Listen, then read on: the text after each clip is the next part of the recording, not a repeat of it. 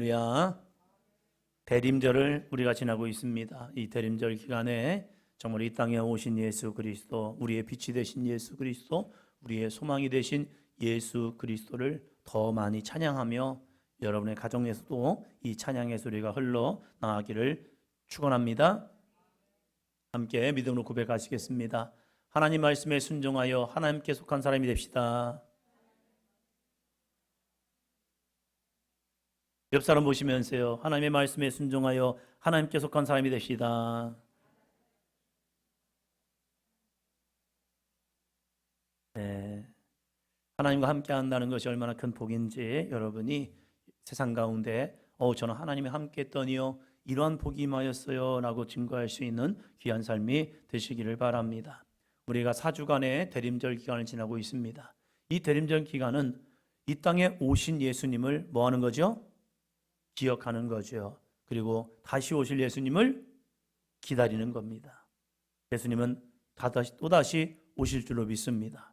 그래서 이 초기 기독교인들은 이 고백을 많이 했습니다. 우리 앞에 있는 플랜카드 뭐라고 써있죠? 주 예수여 오시옵소서. 우리는 오신 예수님을 기다리기도 하지만 우리가 예수님께 갈 시간도 있다는 겁니다. 주님이 나를 부르실 때 우리는 어떻게 반응할 수 있을까? 일부 때 예배를 드리면서 앞에 있는 주 예수여 오시옵소서 이 문구가 제 마음에 훅 다가오면서 갑자기 이천에 있을 때 아는 권사님 생각이 나더라고요. 저보다 2살이 많았습니다. 그러고 나서 이제 40대 중반이었죠. 40대 중반에 급성 암이 걸리신 거예요. 여자분인데. 근데 이분에게 아들이 중학교, 딸이 고등학교 이렇게 있었는데 갑자기 급성암이 걸렸습니다. 그러고 나서 병원에 갔더니 손 쓸 수가 없습니다. 그리고 이제 시한부가 된 겁니다. 그 나머지 시간, 자기에게 남겨진 시간 속에서 나는 어떻게 할 것인가 선택을 해야 합니다. 병원에 가서 입원해서 치료를 하면서 조금이나마 더 살 수 있는 방법을 구할 것이냐 아니면 어떻게 할 것이냐. 그런데 저에게 들려온 이야기가 있었습니다. 기도원에 들어갔다는 겁니다. 조금이라도 더 자녀들과 함께하고 싶고 자녀들의 모습을 더 보고 싶을 텐데 기도원에 들어가셨대요. 그러면서 왜 들어가셨는가라는 이야기들이 들려오더라고요. 이제 주님이 나를 부르시는데 내가 그 주님 앞에 부름받아 나아갈 때에 자신의 삶을 영적으로 정리하고 싶은 거예요. 우리는 조금이라도 더 사랑하는 사람과 더 가까이 있고 싶고 더 많은 것을 해주고 싶을 그러한 시간 속에서 내가 주님이 나를 부르시는데 이 암이라는 급성암이라는 이걸로 나를 부르시는데 그럼 내가 어떻게 주님 앞에 설 것인가? 주 예수여 오시옵소서. 우리가 믿음을 가지고 있을 때 오늘 주님이 여러분을 부르신다면 여러분은 어떠한 모습으로 주님 앞에 나아갈 수 있겠습니까? 권사님 기도하셨지요. 우리가 아벨의 예배자가 되어야 한다고요. 가인의 예배는 하나님이 버리셨습니다. 가인도 예배를 드렸지만 하나님은 가인의 예배를 받지 않고 버려버렸습니다. 그리고 아벨의 예배만 받으셨습니다. 그리고 이렇게 말합니다. 네가 나를 향한 믿음의 예배를 드렸어. 그리고 그의 믿음을 칭찬하시는 겁니다. 오늘 우리가 1시간 예배를 드릴 때 정말로 주님 여기 계십니다. 할렐루야. 이 믿음 가지고 그리고 주님 오늘도 찾는 자에게 상 주십니다. 이 상은요 내가 잘 되고 잘 먹고 잘 사는 것이 아니라 오늘도 우리에게 그 주님을 찾는 자에게 구원의 상을 반드시 줄 줄로 믿습니다. 오늘 요한 1서 4장 말씀을 가지고 하나님께 속한 사람 따라합니다. 하나님께 속한 사람. 옆 사람 보시면서요, 당신은 하나님께 속한 사람입니다. 여러분이 하나님께 속한 사람이기 때문에 이 시간 와 있는 겁니다. 여러분이 세상 가운데 속해 있다면요, 굳이? 귀찮은데? 힘든데? 그냥 쉬지 라고 했을 거예요. 그런데 여러분이 하나님께 속해 있기 때문에 여러분의 마음속에 심령 속에 그래 주일날 교회 가야지, 주님 앞에 나가서 예배 드려야지. 그런데 이 시간 여러분의 몸이 와 있는 것으로 끝나지 마시고 이 시간도 여러분에게 말씀하시는 하나님의 거룩한 음성을 듣는 삶이 되기를 주의 이름으로 축원합니다. 내가 하나님께 속했는지 내가 하나님께 속해 있지 않는지 오늘 요한 사도는 우리에게 이 요한 1서 4장을 통하여서 그것을 점검해 보라는 겁니다. 근데 그 점검을 통해서 나 하나님께 안 속했네, 이게 아니라 하나님께 속한 믿음의 사람이 되라는 거죠. 오늘도 하나님의 말씀이 우리 가운데 역사함을 통하여 하나님의 거룩한 권능이 여러분의 가슴 속에 있기를 주의 이름으로 축원합니다. 창세기에서 이미 사탄은 하와를 속이면서 미혹하고 유혹하면서 하나님의 말씀에 불순종하게 만들었습니다. 여러분, 죄라는 것은 윤리적인 죄, 그거 맞아요. 교회에서 그걸 말하지 않는 게 아니에요. 맞아요.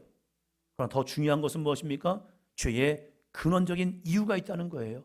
죄를 짓는 이유가 무엇이냐? 우리가 하나님의 말씀 가운데 불순종했기 때문에 그래요. 모든 죄는 하나님의 말씀에 불순종에서부터 시작됩니다. 그래서 우리는 하나님의 말씀을 들어야 합니다. 옆 사람 깨우시면서요, 하나님의 말씀을 들읍시다. 영이 깨어 있어야 해요. 깨워. 옆에를 깨워야 해요, 열심히. 왜요?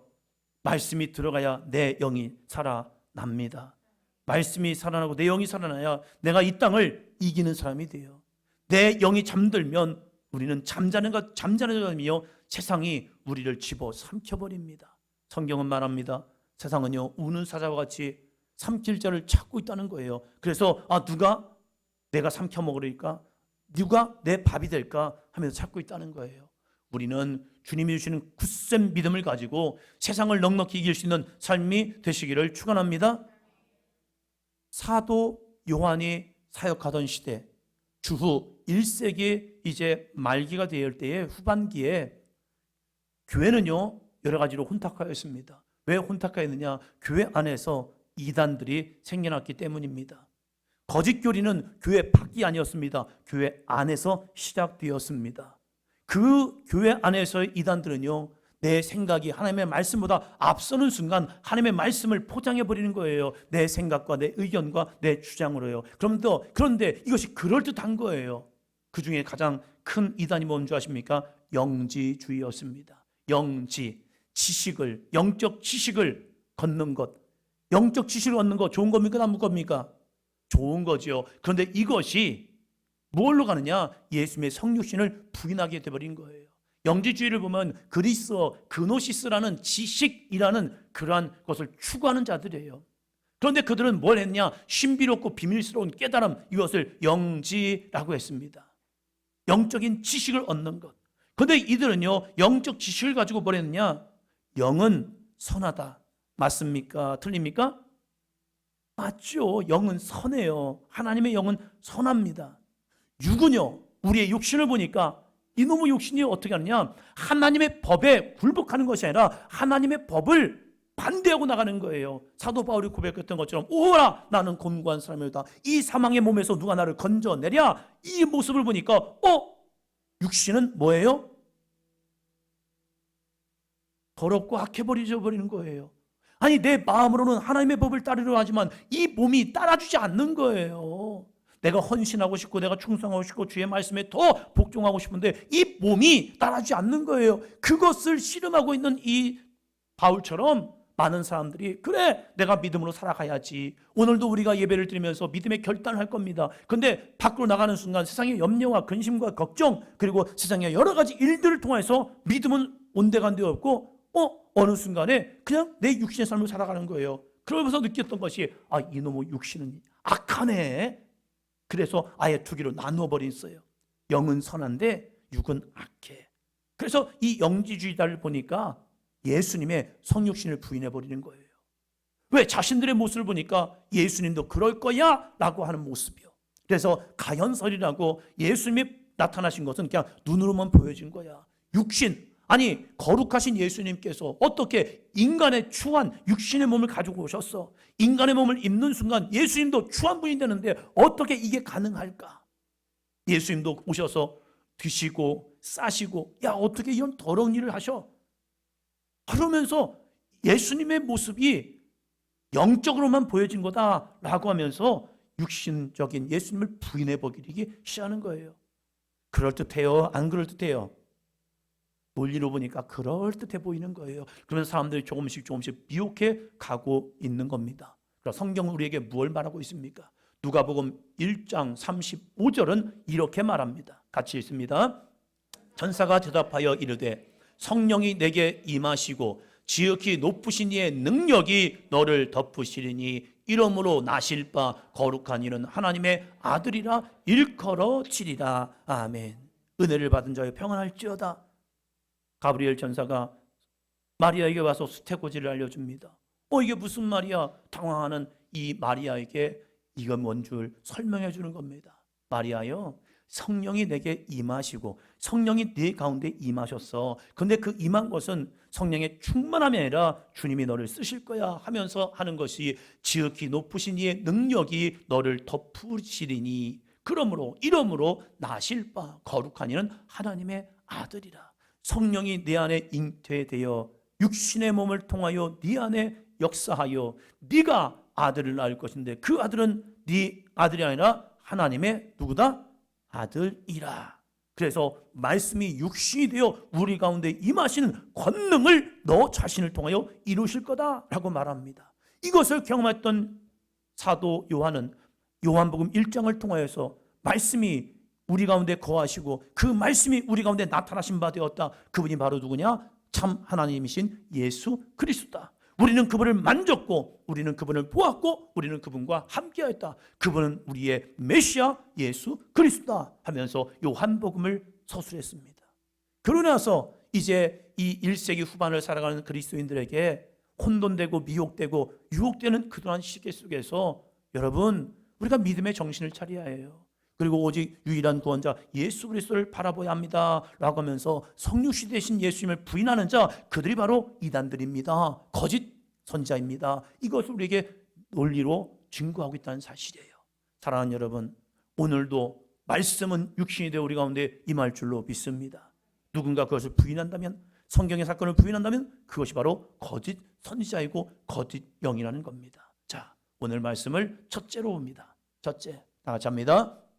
영을 다 믿지 말고 분별해야 합니다. 영적인 것 좋은 거죠. 그러나 영을 다 믿으면 안 돼요. 우리가 교회에 다니면서 이런저런 한다고 다 믿을 수 없는 거예요. 저 사람이 하나님을 말하지만 그들을 다 믿을 수는 없어요. 그 가운데 이단도 있고요, 이상한 애들도 있어요. 참 이거 말도 안 되는 것 하고 있는 사람도 있어요. 사도 요한 당시에도 그랬다는 거예요. 자, 1절을 봅니다. 사랑하는 자들아, 영을 다 믿지 말고 오직 영들이 하나님께 속하였나 분별하라. 많은 거짓 선지자가 세상에 나왔음이라. 노란 부분 뭐죠? 영을 다 믿지 말고. 영을 다 믿지 말래요. 여기서 영은 귀신이나 영적인 존재만을 말하는 것이 아니라 거짓 선지자가 전하는 가르침이나 메시지, 권면 등을 포괄하고 있습니다. 여러분, 귀신이나 영적인 존재, 이것만이 아니에요. 거짓 선지자가 전하는 가르침들, 그리고 메시지, 권면 등. 거짓 선지자는 교회 밖에서 유혹하고 미혹하는 이단 집단만을 말하는 것이 아닙니다. 잘 들으십시오.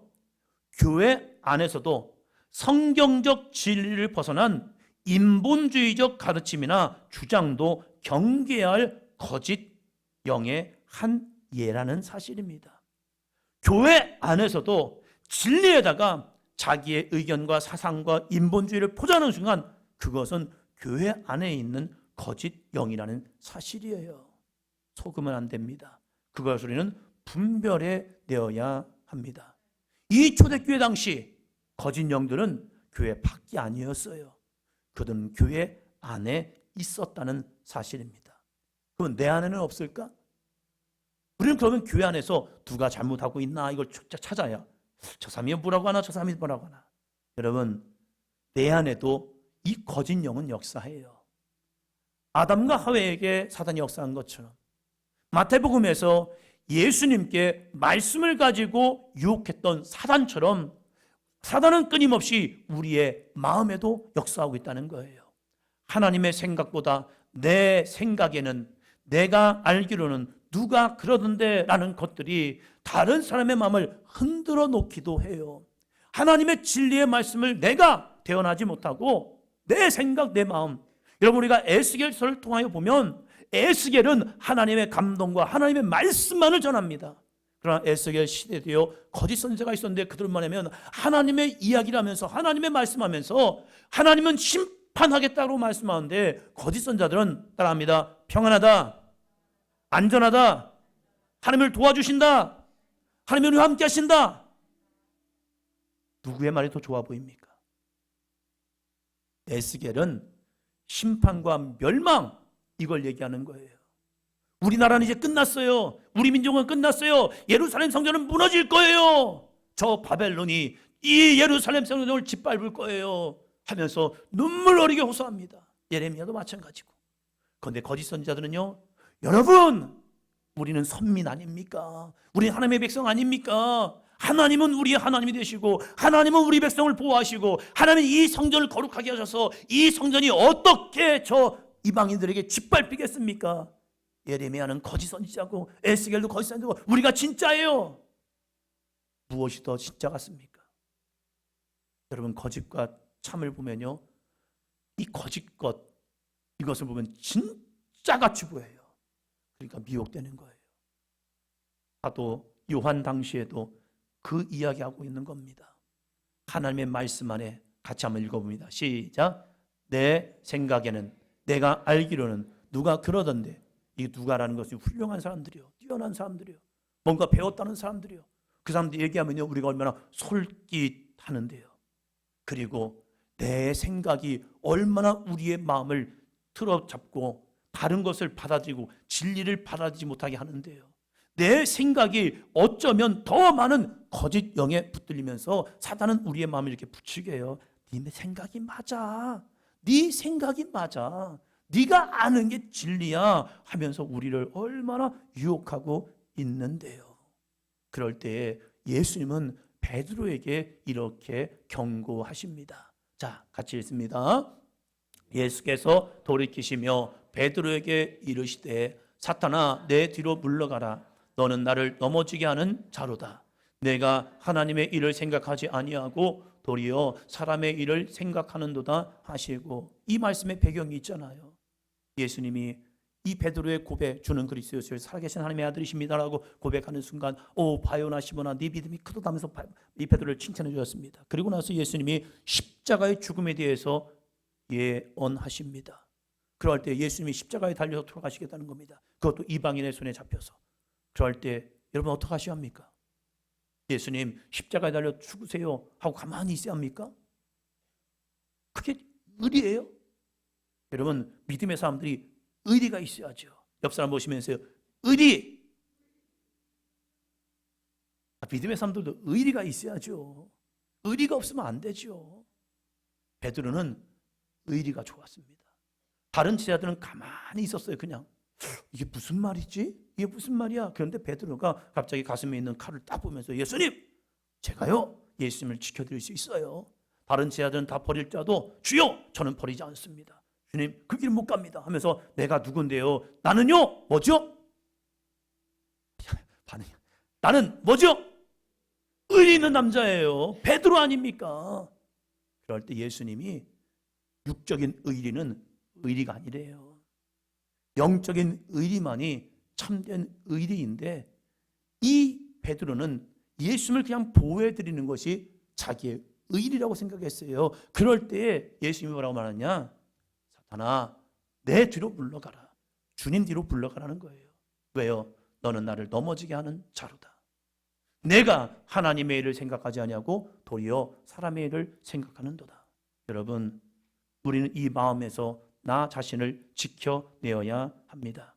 영을 다 믿지 말아야 합니다. 그리고 분별해야 합니다. 내 생각을 다 믿으면 안 됩니다. 내 생각을 따라합니다. 하나님의 말씀으로 분별해야 합니다. 왜 나는 찬양하기가 힘들지? 왜 나는 기도하기가 힘들지? 왜 나는 주여! 라고 부르짖는 게 왜 이렇게 내 마음에 부대끼지? 청소년을 살아갈 때에 저 자신도 그랬어요. 다른 데는 목소리가 커요. 뭐 하나 더 먹으려고 먹어야 하는데 하는 데는 커요. 형하고 싸울 때는요, 형을 이겨먹으려고 형하고 막 대판 싸울 때는 목소리가 커져요. 엄마가 저를 부를 때 도망갈 때는 잽싸나요. 그런데 주님을 예배하고 주님을 찬양하는데 입이 열리지 않는 거예요. 우리 교회 권사님들, 집사님들은 기도하면요, 그때 부흥회 때는 난리 났어요. 막 어떤 분은 무릎 꿇는데도 붕붕 떠요. 막 어떻게 뜨지? 저 무게가? 저 무게 있는 분이 여기 뜨지? 근데 기도하는데 붕붕 떠요. 너무 신기한 거예요. 그런데 그분들이 기도하면서요, 입신도 들어가요. 그러면서 왜 나는 지금까지 내가 모태신앙으로 살아가는데 왜 내 입술은 열리지 않아서 주여! 라고 하는 게 왜 내 마음에 뭔가를 꽉 붙잡고 있는 거예요. 그래서 나는 주여! 라고 부르고 싶은데 제 목소리를 붙잡아 놔요. 안 되는 거예요, 이게. 해야 하는데, 근데 육신은 뭘 해. 쑥스럽잖아. 귀찮잖아. 용태야. 그렇지. 이런 마음이 올 때가 있더라고요. 그렇지, 연수야. 이 마음 속에서 내가 뭘 지켜낼 것이냐. 내 마음을 거기에 속박되는 것이 아니라 우리는 하나님의 말씀을 붙들고 살아가야 합니다. 하나님의 일을 생각하지 아니하고 도리어 사람의 일을 생각하는 순간 그것이 바로 사탄의 역사라는 겁니다. 이때 우리는 분별하고 기도해야 합니다. 자, 다 같이 읽습니다. 연수야, 같이 읽어보자. 시작. 내 생각과 마음을 흔드는 사탄아, 내 속에서 떠나갈지어다. 한 명이 또 안 했네요. 같이 합니다. 시작. 내 생각과 마음을 흔드는 사탄아, 내 속에서 떠나갈지어다. 이 문제 가지고 씨름하는 겁니다. 한 가지 이유 때문에요. 제 영이 살고 싶었습니다. 왜 나는 닫혀 있을까? 왜 이분들은 이렇게 열심히 부르짖고 기도하는데 왜 내 마음은 닫혀 있을까? 내가 예수님을 사랑하지 않는 게 아닌데, 내가 예수님을 믿지 않는 것이 아닌데 왜 내 마음은 무엇에 닫혀 있을까? 그것이 내 속에 나를 붙들고 있는 돌 같은 마음이구나. 주여, 이 돌 같은 마음을 제거하여 주시옵소서. 그래서 성전에 가서 혼자 열심히 외쳤어요. 다른 거 하지 않았어요. 주여! 안 되네. 주여! 안 되네. 주여! 이것도 아닌 것 같네. 그래서 배다 힘을 주고 한번 더 해봐야겠다. 주여! 주여! 주여! 주여! 주여! 주여! 딴 거 없어요. 그냥 주님만 붙드는 겁니다. 그런데 그 주님을 부를 때 제 마음의 돌 같은 마음이 확 떠나가면서 드디어 제 입이 열리기를 시작하더라고요. 그래서 꿈에서도 방언을 하는 거예요. 저도 놀랐어요. 꿈에 제가 방언을 하는 거예요. 그래서 눈 뜨고 한번 해봐야지 하고 깨어나서 해봤더니 여전히 안 돼요. 그런데 꿈에서는 돼요. 꿈에서는 막 방언이 잘 되는데 눈을 뜨고는 또 안 되는 거예요. 왜 그렇지? 내가 여전히 나를 붙들고 있는 육신의 생각이 있는 거구나. 주여, 내 마음, 생각과 마음을 흔드는 사탄아, 내 속에서 떠나갈지어다. 둘째요. 둘째, 같이 합니다. 우리는 예수님의 성육신을 시인하고 하나님께 속한 사람은 세상을 이깁니다. 여러분, 예수님의 성육신을 시인하고 하나님께 속한 사람은 뭘 이겨요? 세상을 이깁니다. 자, 2절 봅니다. 이로써 너희가 하나님의 영을 알지니 곧 예수 그리스도께서 육체로 오신 것을 시인하는 영마다 하나님께 속한 것이요. 여러분, 예수님께서 그리스도께서 육체로 오신 것을 시인한다는 것, 이것은 무슨 의미가 있습니까? 우리가 영을 분별하고 가장 확실하게 명료하게 이 영을 악한 영인지 아니면 좋은 성령인지 구별하기 위해서는요, 예수 그리스도가 육체로 오신 것을 시인하는 것, 이것은 무엇입니까? 말씀이 육신이 된 거예요. 말씀이 육신이 됐다는 것은 말씀이 살아있어서 우리의 삶의 현장에서 나타나셨다는 거예요. 이것이 성육신의 능력이고 오늘도 하나님의 말씀은 우리 가운데 이루어질 줄로 믿습니다. 하나님이 아브라함에게 말씀하셨습니다. 야, 너에게 아들이 있을 것이다. 아니, 어떻게 이게 가능합니까? 아니, 돼! 왜요? 나는 전능하신 여호와이기 때문입니다. 하나님의 말씀은 분명히 능력이 있습니다. 우리는 그 말씀을 믿고 우리는 그 말씀을 사모하며 한번 더 합니다. 하나님, 오늘도 말씀이 이루어지게 하여 주시옵소서.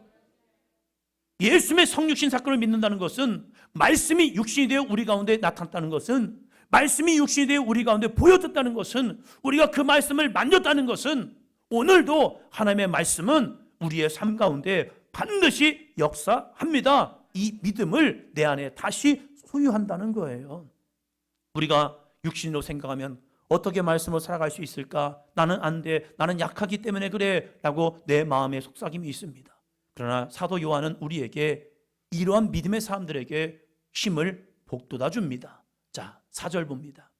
형제들아, 자녀들아, 너희는 하나님께 속하였고 또 그들을 이기었나니 이는 너희 안에 계신 이가 세상에 있는 자보다 크심이라. 자녀들아, 걱정하지 마. 걱정하지 마. 너희는 누구에게 속하였다고요? 하나님께 속하였고. 옆 사람 보시면서요, 당신은 하나님께 속한 사람입니다. 옆 사람 보시면서요, 옆 사람 가까이 좀 보시면서, 당신은 하나님께 속한 사람입니다. 네, 여러분은 하나님께 속한 사람입니다. 그리고 그들을 이겼습니다. 무엇을 이겼다는 거예요? 악한 역사를요, 어둠의 권세를요, 거짓 사도들을요, 거짓 선자들을요 이겼습니다. 근데 어떻게 이겼지? 내가 이겼다고? 내가 이겼다고? 아니요. 후반부에 보니까 이는 너희 안에 계신 이가 세상에 있는 자보다 크심이라. 우리는 하나님께 속했는데 내 안에 계신 이가 세상에 있는 자보다 크시라는 거예요. 우리 안에 계신 하나님은 천지만물을 지으신 전능하신 하나님인 줄로 믿습니다. 그분이 세상을 이기는 거예요. 거짓 것을 이기는 거예요. 사단을 이기는 겁니다. 그래서 우리는 그분의 능력으로 세상 가운데 이길 수 있는 믿음의 사람이 될 수 있습니다. 그래서 바울은 우리에게 로마서 8장 37절을 통하여 이렇게 말씀합니다. 같이요. 그러나 이 모든 일에 우리를 사랑하신 이로 말미암아 우리가 넉넉히 이기느니라. 우리는 할 수 있다가 아닙니다. 우리는 인본주의적 할 수 있다가 아니에요. 한번 더 합니다. 내게 능력 주신 자 안에서 내가 할 수 있습니다.